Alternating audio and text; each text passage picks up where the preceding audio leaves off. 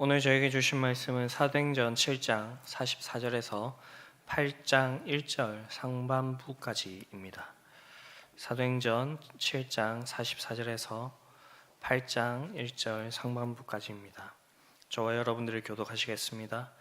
광야에서 우리 조상들에게 증거의 장막이 있었으니 이것은 모세에게 말씀하시니가 명하사 그가 본 그 양식대로 만들게 하신 것이라.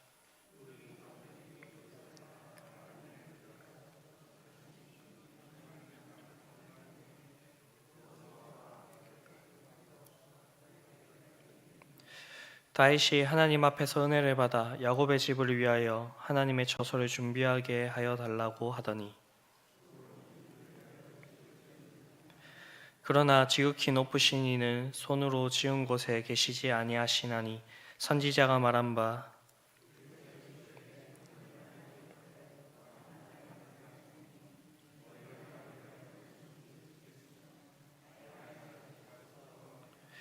이 모든 것이 다 내 손으로 지은 것이 아니냐 함과 같으니라.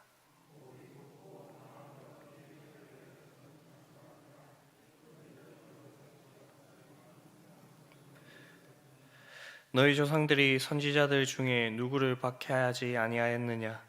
의인이 오리라 예고한 자들을 그들이 죽였고 이제 너희는 그 의인을 잡아준 자요 살인한 자가 되나니,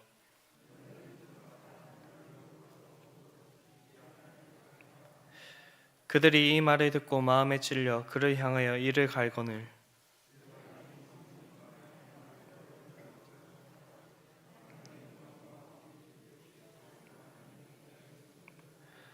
말하되, 보라, 하늘이 열리고 인자가 하나님의 우편에 서신 것을 보노라 한대,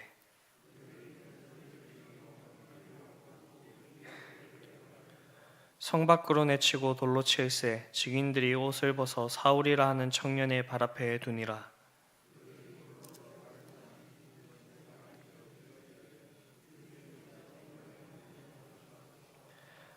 몸을 꿇고 크게 불러 이르되, 주여 이 죄를 그들에게 돌리지 마옵소서. 이 말을 하고 자니라. 사울은 그가 죽임 당할을 마땅히 여기더라. 아멘. 사람의 됨됨이를 알기 위해서는 그 사람을 곁에 두고 오랜 시간을 지켜보면 잘 알 수가 있습니다. 그런데 이것보다 더 확실한 방법이 있는데 그것은 그 사람의 끝을 보는 것입니다. 사람들은 처음에는 거창하게 시작하였다가도 끝이 안 좋은 사람들이 많이 있습니다. 많은 죽음의 소식들을 듣습니다.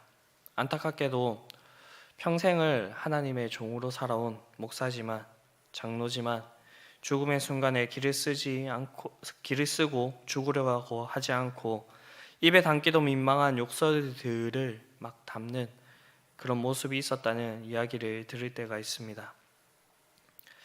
마지막을 어떻게 보내는지가 중요합니다. 그래서 성도는 끝 마무리를 잘해야 됩니다. 유종의 미라는 말을 우리가 사용하는 것도 바로 이런 의미가 아닐까 그렇게 생각이 됩니다. 성경에 봐도 가룟 유다가 그러했고 솔로몬 왕이 그러했습니다. 끝이 좋지 못해서 전체적으로 실패한 사람들이었습니다. 그러나 오늘 본문에 등장하는 스데반 집사님을 살펴보면 끝까지 좋은 그리스도인이라는 것을 알 수가 있습니다. 오늘 저희는 스데반 집사님의 마지막 설교와 순교의 모습을 보면서 우리는 어떻게 살아야 되고 어떤 마무리를 해야 되는지 함께 나누어 보기를 원합니다. 먼저 스데반 집사님은 어제 본문에 이어서 증거의 장막에 대해서 말씀합니다. 증거의 장막은 저희가 수요 예배 킹덤 스토리를 통해서 살펴본 것 같이 하나님의 명령대로 제작된 하나님께서 거하시는 장소였습니다. 성막에 여러 기능들이 있겠지만 하나님께서 이 성막을 통해서 보여주시고자 하는 것은 하나님께서 자신의 백성과 함께 하신다는 것을 눈으로 아주 분명하게 보여주는 그러한 역할을 했습니다. 이 증거의 장막은 여호수아에 의해서 가나안 땅에 들어갔고요. 그리고 그곳에서 다윗의 때까지 있었습니다. 다윗은 하나님 앞에서 다윗은 하나님 앞에서 은혜를 받아 야곱의 집, 즉 이스라엘 백성을 위하여 하나님의 처소인 성전 짓기를 간구했습니다. 그러나 하나님께서는 다윗의 아들 솔로몬에게 그 일을 맡기셨습니다. 그래서 다윗은 성전을 위하여 준비만 했고요. 솔로몬의 때에 그 성전이 완공이 되었습니다. 하나님께서는 성전에 대한 자신의 영광이 가득한 그 모습을 보여주셨습니다.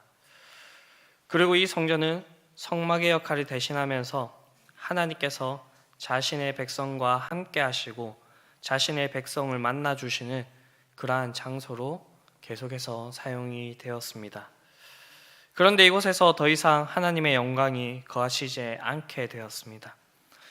왜냐하면 이 이스라엘 백성들이 이 장소를 잘못 사용하고 있었기 때문입니다. 예수님께서도 이 이스라엘 백성들이 이 성전을 잘못 사용하시는 것을 보시고 많이 꾸짖으셨습니다. 그래서 스데반을 지극히 높으신 하나님께서 손으로 지으신 곳에 계시지 않는다고 그렇게 말씀합니다. 여기서 손으로 지은 곳이라는 것은 앞선 본문인 41절에 손으로 만든 것을 연상시키게 합니다. 41절에서 손으로 만든 것이 무엇이었습니까? 바로 시내산에서의 금송아지입니다. 이것이 의미하는 것은 광야에서 우상을 섬긴 조상들처럼 이들이 지금 성전을 우상화하여서 하나님의 그 처소로 있어야 될 이 성전을 잘못된 그런 방법으로 그렇게 사용하고 있다는 것을 얘기하고 있습니다. 이스라엘 백성들은 성전뿐만 아니라 하나님의 임재의 상징이었으나 그것을 잘못 사용한 그러한 역사적인 전례가 있었습니다. 그것은 바로 법궤였습니다. 이스라엘 백성들은 사무엘상 5장에 보게 되면 이스라엘 백성들이 블레셋과의 전투에서 패배하고 실로에서 법궤를 가져와서 그들이 아주 미신적인 그러한 용도로 사용하는 모습을 볼 수가 있습니다. 이때 이스라엘 백성들은 법궤가 나아갈 때마다 아주 큰 이적과 기적들이 행해졌다는 그 사실을 기억하고 이들이 법궤를 앞세우면 이길 것이라 생각을 했지만 이 법궤마저도 빼앗기게 되는 그런 엄청난 결과를 그렇게 낳게 됩니다. 하나님께서 성막과 성전을 만드신 것은 자신의 백성들과 함께 하시는 것을 보여주기 위함이었는데 이들이 이 장소를 우상화시키고 잘못된 방법으로 사용한다면 하나님께서 거기에 계실 필요가 없다는 것입니다.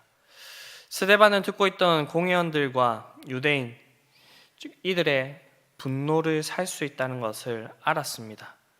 그럼에도 불구하고 스데반이 이렇게 설교한 이유는 이들에게 참된 복음을 들려주기 위해서입니다. 이들이 주장하고 있는 것처럼 하나님께서 성전에 갇혀 계시는 것이 아니라 이사야 66장 1절에서 2절의 말씀에 의거하듯이 하나님께서 온 우주에 거하시는 분이심을 그들에게 다시 한 번 더 알려준 것입니다. 그것을 실제로 보여준 사건이 바로 성전, 성소의 휘장이 위에서부터 아래로 찢어지는 것이었습니다.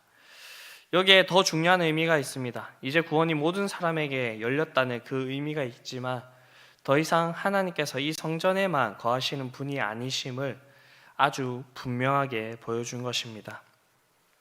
그리고 예수님께서 승천하시고 약속한 성령이 오순절 제자들에게 임하고 예수님을 믿는 각 사람에게 임하게 됩니다. 이어서 스데반은 공회원들과 유대인 청중들의 죄를 지적합니다. 스데반은 지금까지 청중을 향하여 아주 호의적인 단어인 우리라고 하는 이 말을 사용하여서 자신을 포함시켰지만 이제는 그는 그들을 향하여 너희라는 단어를 사용하면서 그들과 이 예수님을 믿는 자들을 분리시킵니다. 그리고 그는 이 유대인들과 이 종교 지도자들이 목이 곧고 마음과 귀에 할례를 받지 못한 사람이라고 맹렬히 비난을 하면서 그들이 그들의 조상과 같이 항상 성령을 거스른다고 지적합니다. 또한 그들의 조상들이 선지자들을 박해하였고 의인들이 오실 것이라 예언한 예언자들을 죽였으며 이제는 그들이 그 의인을 잡아준 자이며 살인한 자가 되었다라고 그렇게 얘기를 합니다. 그리고 그들이 천사가 전한 율법을 받고도 지키지 않았다라고 그렇게 지적을 합니다.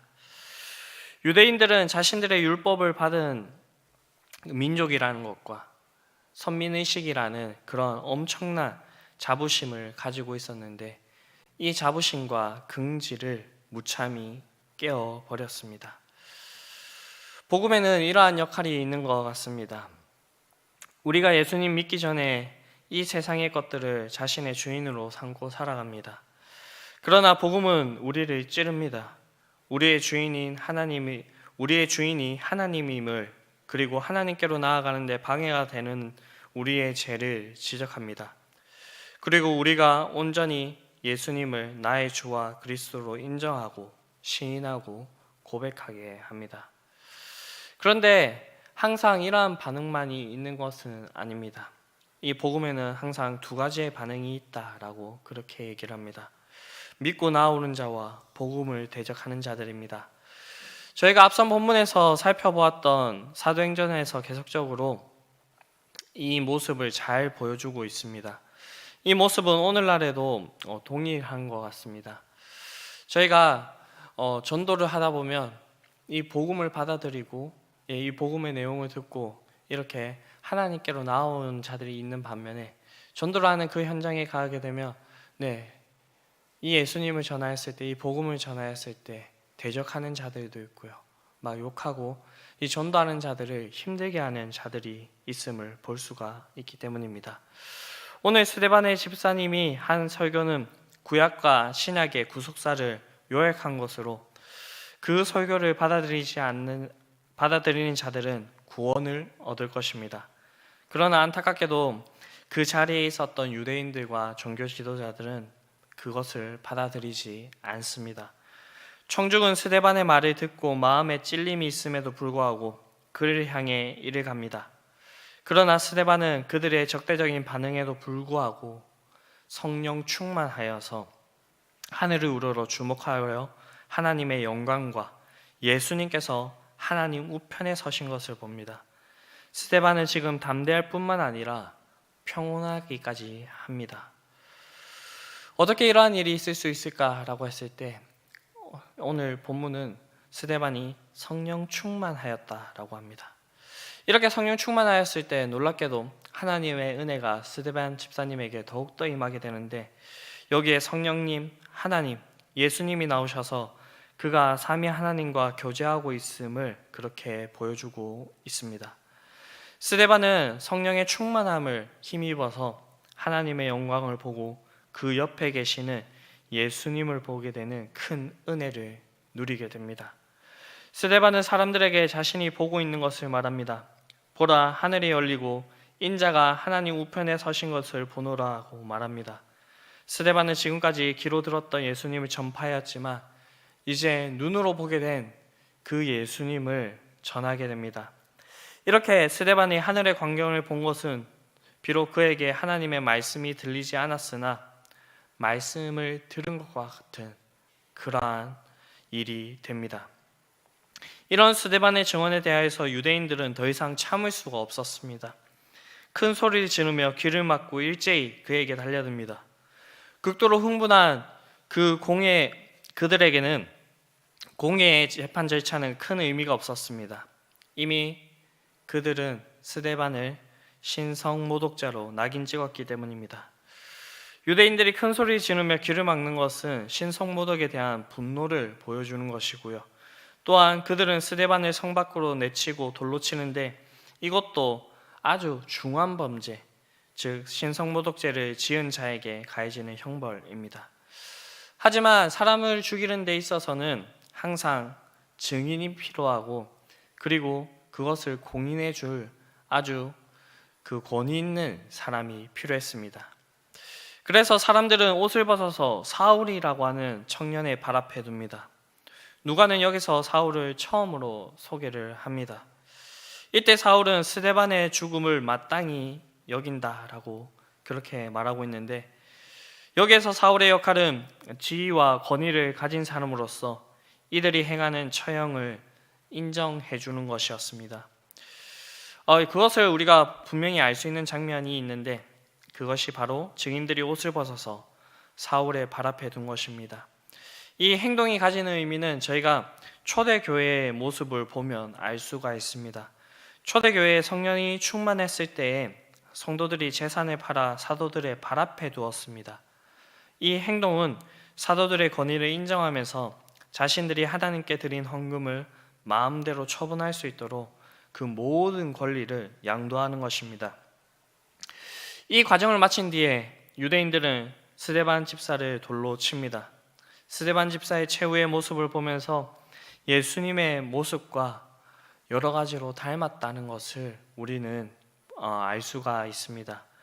스데반 집사님의 최후의 순간에 주위에는 많은 사람이 그를 조롱하고 비웃고 있었습니다. 이와 같은 모습은 예수님의 십자가의 광경과 너무나도 닮아 있습니다. 또한 59절에 주 예수여 내 영혼을 받으시옵소서라고 이렇게 기도를 하는데, 누가복음 23장 46절에 보게 되면 예수님께서도 십자가 위에서 아버지여 내 영혼을 아버지의 손에 부탁하나이다 라고 그렇게 말씀하셨습니다. 60절에 스데반은 주여 이 죄를 저들에게 돌리지 마옵소서라고 용서의 기도를 하였습니다. 이 모습도 누가복음 23장 34절에 이에 예수께서 가라사대 말씀하여 이르시되 아버지여 저희를 사하여 주옵소서 자기의 하는 것을 알지 못함이니이다 라는 이 모습과 너무나도 닮아 있습니다. 이것은 스데반의 마지막 순간까지 예수님의 제자로서 예수님을 본받았다는 것을 알 수가 있습니다. 우리가 평안할 때에는 예수님을 닮는 것이 우리가 그나마 쉬워 보입니다. 그러나 어려운 순간에까지 예수님을 닮기에는 어렵습니다. 그렇기 때문에 이 교회를 다닌다, 그리고 평소에 신앙생활을 했다라고 하는 이 사람들조차도 어려운 일이 생기면 예수님을 버리고 그렇게 교회를 떠나가는 일들이 있음을 우리가 볼 수가 있습니다. 그러나 스데반은 그의 목숨이 끝나는 순간까지도, 또는 그는 죽음의 고통 앞에서도 예수님을 닮아가는 그러한 예수님의 참된 제자임을 우리는 볼 수가 있습니다. 우리에게도 이런 모습이 있기를 간절히 바랍니다. 그래서 우리는 스스로 속이는 자가 되는 것이 아니라 마지막까지 예수님을 닮아서 예수님을 따라가는 그러한 참된 제자가 될 수 있게 되기를 바랍니다. 이렇게 되기 위해서 우리에게 필요한 것이 있습니다. 그것은 바로 성령 충만입니다. 55절을 보게 되면 스데반이 성령 충만하여 라고 이렇게 기록하고 있으며, 이 성령 충만한 스데반이 마지막 순간에까지도 그 예수님을 닮아가고 있는 그 모습을 볼 수가 있습니다. 예수님께서는 너희 하늘 아버지께 구하는 자에게 성령을 주신다라고 그렇게 말씀하셨습니다. 이 새벽에 우리가 성령 충만을 구하실 수 있게 되기를 바랍니다. 그렇게 해서 오늘도 우리에게 주신 이 하루 속에, 우리에게 주신 그 삶의 터전 속에서 우리가 예수님의 제자로 온전히 살아가실 수 있게 되기를 바랍니다. 이러한 복이 저와 여러분들에게 풍성히 있게 되기를 간절히